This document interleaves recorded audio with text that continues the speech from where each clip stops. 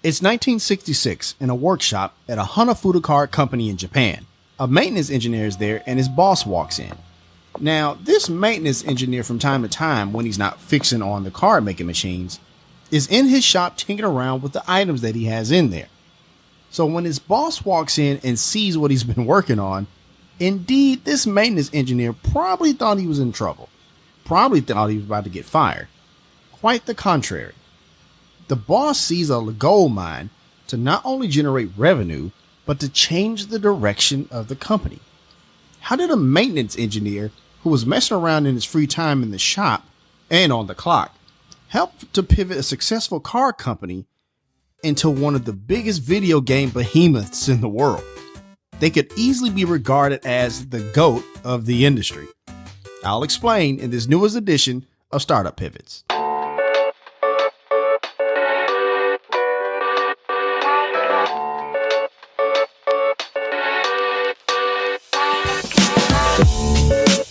Startup Nation, welcome to Startup Pivots, the show where we highlight the pivotal moment in the biggest companies in the world that went from good to great.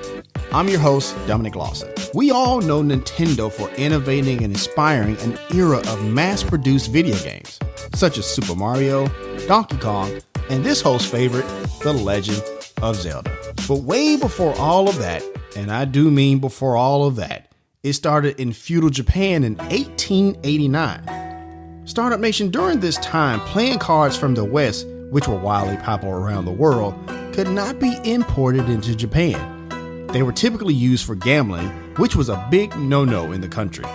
In fact, it was such a big no-no, let's say you lost some of your money gambling, you could actually sue the winner, and if you won in court, that person would have to pay you back. That's kind of crazy. But the reason I wanted to share that with you is to point out that even though it was against the law, there was still an appetite for it. So clearly this is fertile ground for an entrepreneur to come in and solve the problem. Enter Fusahiro Yamauchi, and he founded the company Nintendo.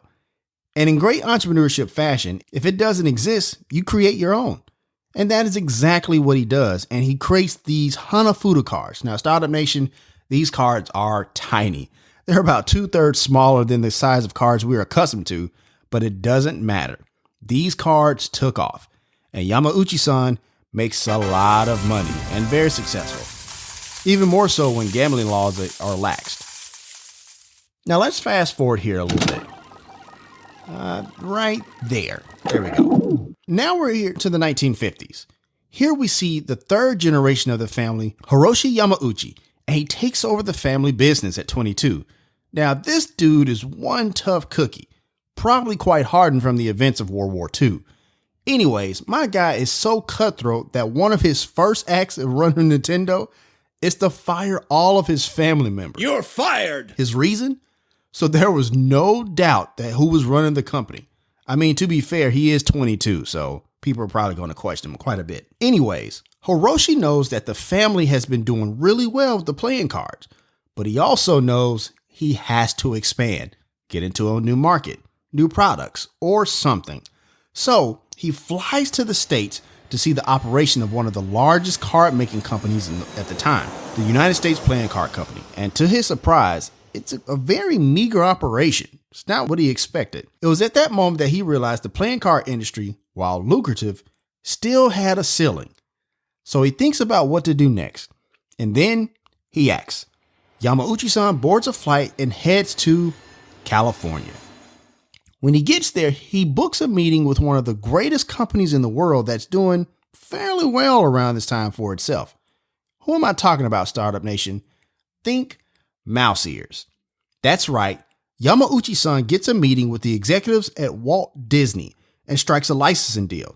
Nintendo goes on to make Disney-themed playing cards, board games, and even handheld devices. But I'm getting ahead of myself here. Nintendo starts to rake in the dough, like it's sitting on a war chest of cash, at this point due in large part to the Disney deal, and is doing so well that in 1962, Nintendo goes public. Startup Nation, let's pause here for a second, okay? Now, you would think this is the part of the story where Nintendo really took off, but not quite. One of the books we tell you to read all the time is Daymond John's The Power of Broke. Essentially, it's about when you don't have any capital, you have to rely on your ideas, your hustle to survive and grow your company. Another lesson here relates to the saying we have here in Memphis, Tennessee. If you drink Kool-Aid, keep drinking Kool-Aid. Don't start buying champagne now. Essentially, Startup Nation, what that boils down to is, if it ain't broke, don't fix it. And this is the period of Nintendo's story where, well, they're going to learn both of these lessons the hard way.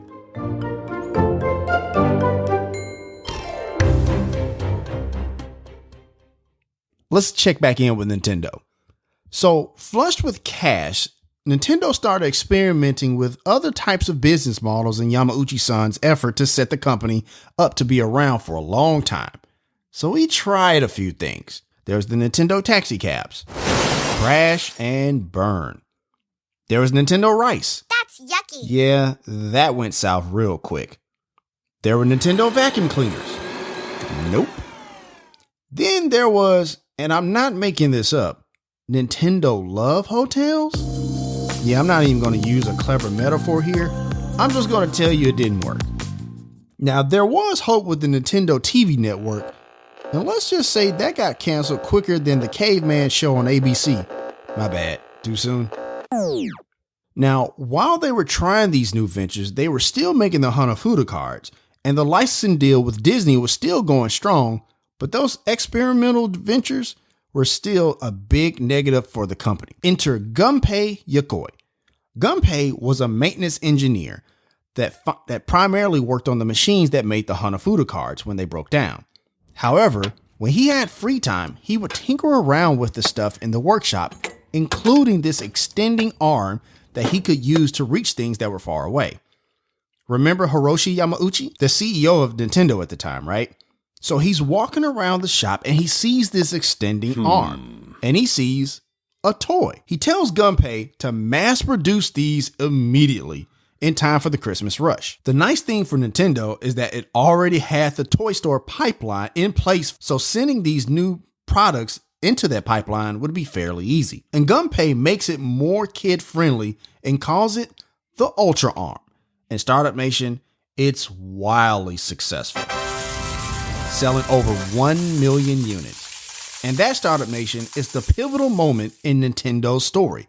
This is the fulcrum point that leads them to how we know Nintendo as the company is today. Gunpei soon gets a promotion and he is head of product development and tasked with making more toys, to which he did. He creates more products, from the 10 billion barrel puzzle, the Ultra Machine, a baseball throwing machine, and the Love Tester, which was a toy to see if two people were romantically compatible. During this time, Hiroshi rebrands the company as the Nintendo Toy Company, doubling down on, toys. Unbeknownst to Yamauchi-san, Gunpei had an electrical engineering background and loved the idea of electronic toys. That's going to be key. One of the toys Gunpei created was in collaboration with electronic company Sharp, was a toy gun that had a sight that would project light silhouette of ducks when you pointed it on the wall.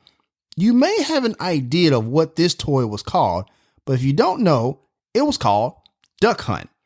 Gunpei will go on to create the Game & Watch, a consumer handheld video game device with an LCD screen. He got the idea while on the train to work and seeing a fellow passenger play with a calculator. Later, he would go on to create his crowning achievement as far as I'm concerned, which is the Game Boy. But by this time, Nintendo is the absolute leader in the video game industry. They are riding high from the Famicom, which would come to be known as the Nintendo Entertainment System, and the blockbuster games of Donkey Kong, Super Mario, and, like I said, The Legend of Zelda, created by this host's personal hero, Shigeru Miyamoto. Now, I know that I didn't talk about the video game crash and all that other amazing stuff about Nintendo, but if you're interested in looking into that, I invite you to watch the documentary on Nintendo on the streaming service Crackle. Startup Nation, this host got his first Nintendo in 1989. My grandmother bought it for me when making good grades as a kid, and I've been hooked ever since. My kids love the Nintendo franchise, and we have all bonded over many nights playing Mario Party and Wii Sports. Nintendo has grown to be a stalwart in the video game industry, maybe not quite the industry leader as it once was due to the rise of Sony's PlayStation and Microsoft's Xbox, but with the market capitalization of $71.3 billion, it doesn't appear that Nintendo will be leaving us anytime soon. And that, Startup Nation, is due in large part to an electrical engineer who was messing around on the clock.